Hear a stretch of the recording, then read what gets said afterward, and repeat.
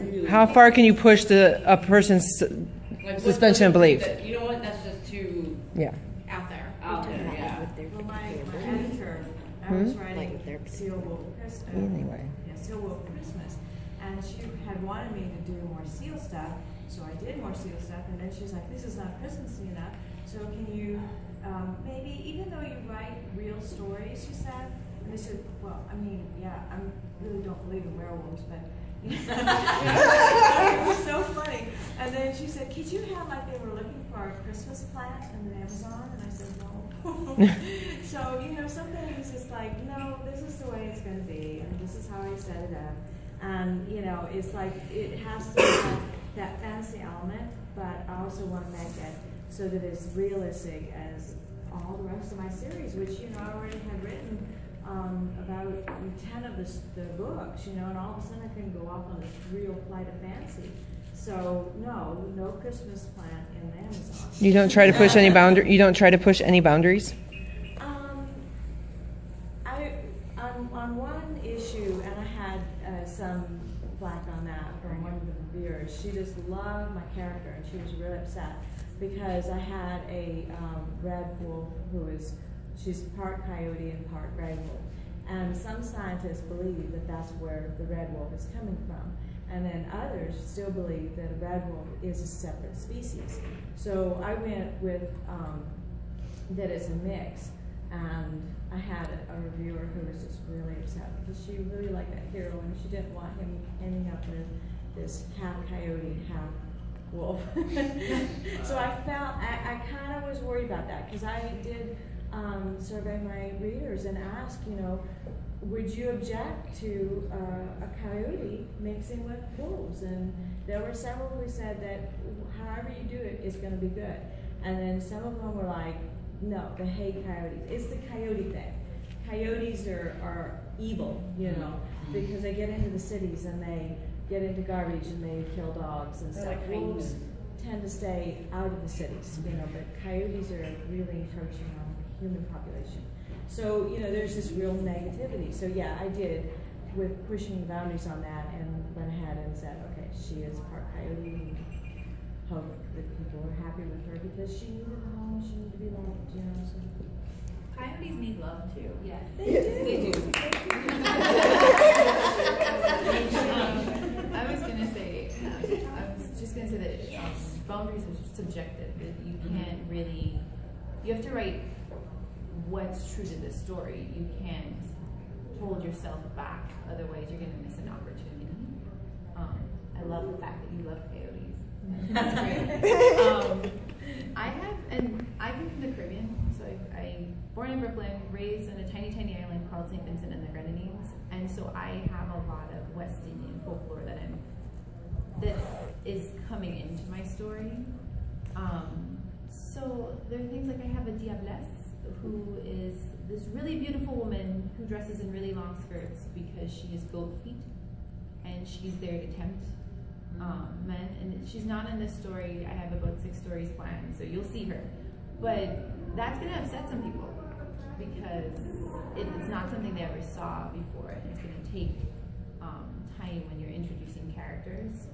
And some people will never like your characters, and some people will love them. And so you just have to, you write true to the story versus holding yourself back. Well, Mercy Thompson's the coyote, so. And she goes, and she ends up with a wolf, so. Yeah. Hey, some of us haven't read that yet. Dude, Spoiler. you have card revoked.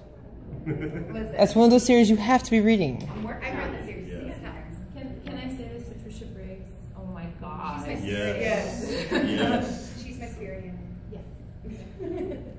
She's so nice. I haven't met her, but she You does. really she's awesome. Oh, you're gonna put this online,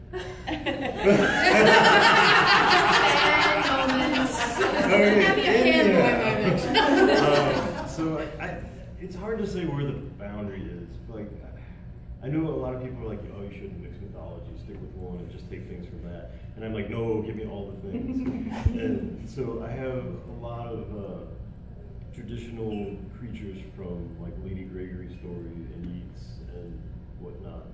But then, of course, werewolves and nixies and just whatever. Yeah, exactly. And I love it. And some of the characters that have just been hinted at in earlier books, like Camazotz and some of the Aztec mythology will be included. And it's just, I love the mixture of everything. But you do have to be careful not to break that suspension of disbelief. Can I add something? I think Jordan Cairo has put it in words better than I could when I was talking about my stories. Like, I write where you never know who you're going to meet, and honestly, you don't know what they are. You never know what they are. So there's this whole big world out there. I think you're like, I love you. Because there's just so much. It can all coexist. It can all coexist. Yeah, I don't think there is a line. I honestly don't. Like, I think I go back to the answer I gave to the first question, that as long as you're really consistent and specific, then people are going to go along with you and believe. But as soon as you start making a mistake, and I don't know what just popped into my head when you mentioned the long skirt. Like, if somebody's in a long, tight to their ankle skirt, and then they run a mile, that's when you're going to lose your character. Lose your reader. You're not going to lose them because you have a werewolf that transforms into a vampire.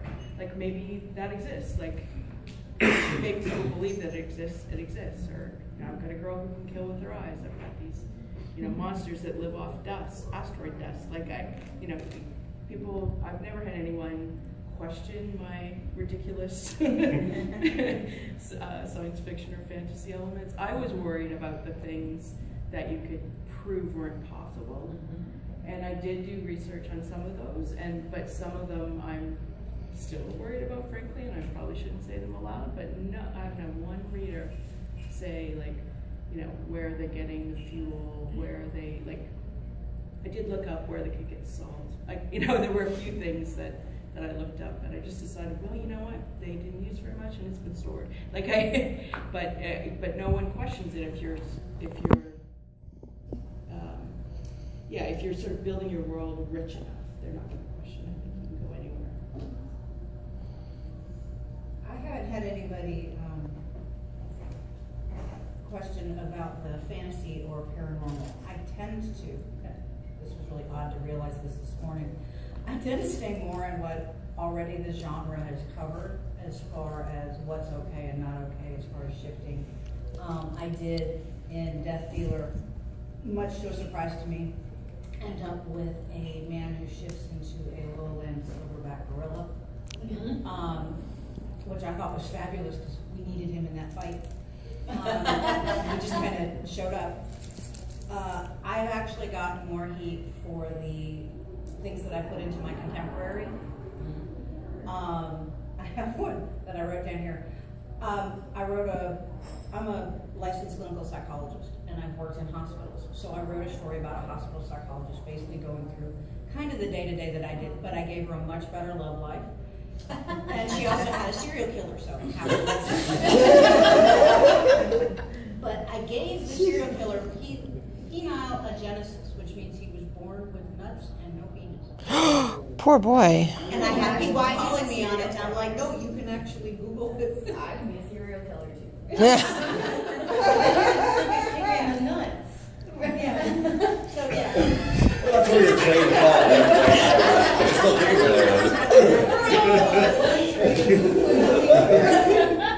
I had a short story come out in 2011. It's still out. It's called Your Biggest Fan. And because of my knowledge, I actually just slowly drove her psychotic. And I had people going, she was so nice. I'm like, yeah, sorry. And so I had people coming to me going, you really can't do that. And I'm like, actually, if you want me to show you the research, you can. But that's because the people who have the knowledge, who know like what the tiny little signs are in the beginning of somebody's life, when they start to show that they might actually, trip over that cord sooner or later, I buried them in there because that's how it happens in real life. it doesn't happen where all of a sudden at 6 years old somebody tortures a cat and 2 years later they're a serial killer. There's a much slower drip, drip, drip throughout life. So I had to kind of explain that.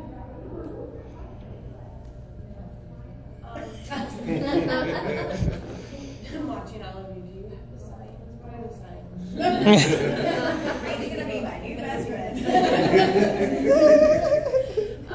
I agree with everyone. I don't think that there is a line. I mean, maybe there's a line for the particular book or the series you're working in, but and the great thing about any spec book is you make the rules. And even in a world where, even any kind of world where, even if everything is pretty close to, what we normally deal with, if you have an explanation for why it's different, even if it's just like one character asking another a question and the other one going, oh, if there's something that says, yes, this was meant on purpose, the rules are changed, I get that I don't know the answer to that, or we don't know the answer to that yet, but people are gonna be like, okay.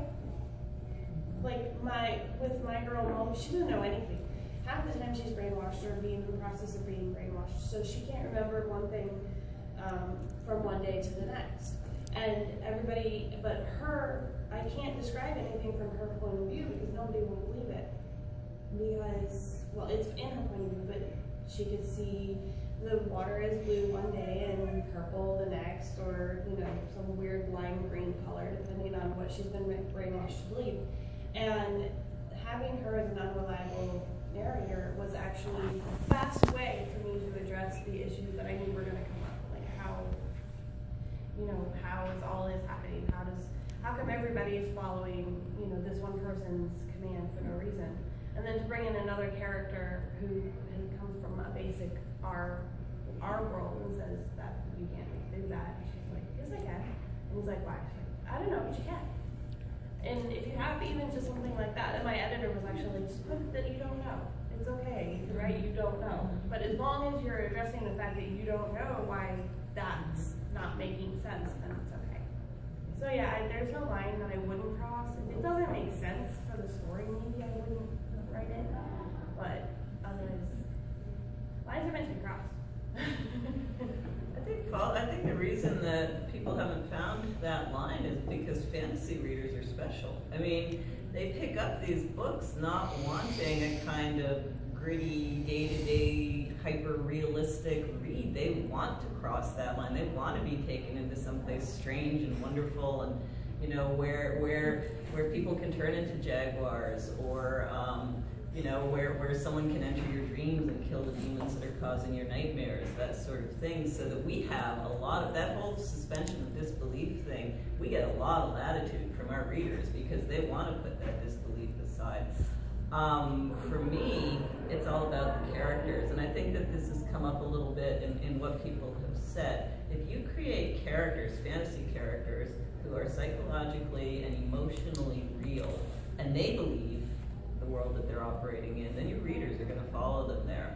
So if they buy into your characters, I think that what the characters see, what the characters experience, what the characters believe, the readers will follow them there. One of my favorite moments as a fantasy writer, I'm in a writers group at home, and we have like 2 poets, a memoirist, a literary novelist, and me. And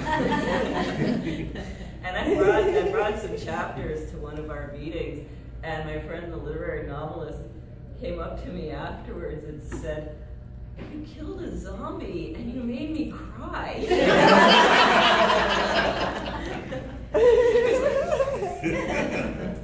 Yes.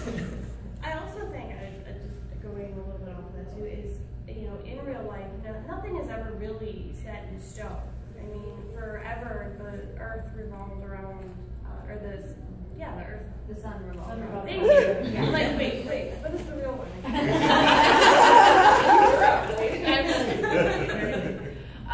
then, and then the Earth was flat, and then there's scientific evidence saying that it's not. But maybe in 300 years we'll find out maybe it was originally the Earth is flat. The astronauts were just lying because they never actually left Earth, or